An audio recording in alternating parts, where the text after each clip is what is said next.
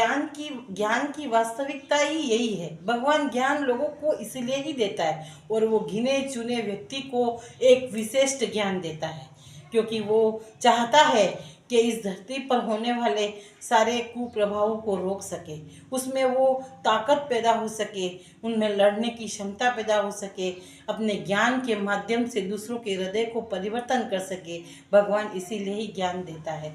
इसीलिए सर्वश्रेष्ठ ज्ञान साधु संत महात्माओं के पास क्यों होता है? क्योंकि उनमें वो क्षमता है, उन्होंने अपने तप आत्म बल से वो ज्ञान प्राप्त किया है, उनमें वो क्षमता है लोगों तक पहुंचाने की।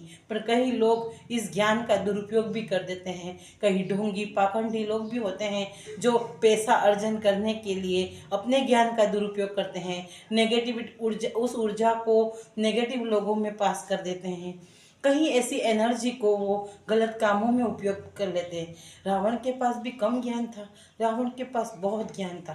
3 लोक में कोई व्यक्ति ऐसा नहीं जो रावण के बराबरी कर सके। उसने अपनी तपोबल से ऐसा ज्ञान अर्जन किया था, पूरी स्वर्ग को जीत लिया, 3 लोक को जीत लिया, उसने सारे देवताओं को बंदिश कर लिया। इतना अद्भुत ज्ञान था, लेकिन उसका एक ज्ञान का एक दुरुपयोग, उसने को अपनी बहन की बातों में आकर किसी दुर्व्यवहार किया, किसी दूसरी औरत को उठा कर ले आया, किसी पराई स्त्री पर कुनजर रखी, उसने अपनी नज़र को गंदा कर दिया। उसका एक खाली गलत कदम सारे ज्ञान पर पानी फेर गया, उसकी सारे किए कर्मों पर तबाही कर गया और जन्मों जन्मों तक उस पर एक कलंक लग गया। इसीलिए ज्ञान का हमेशा सदुपयोग कीजिए और अपने चरित्र पर कभी भी ऐसा दाग मत लगने दीजिए, क्योंकि एक बार जो दाग लगता है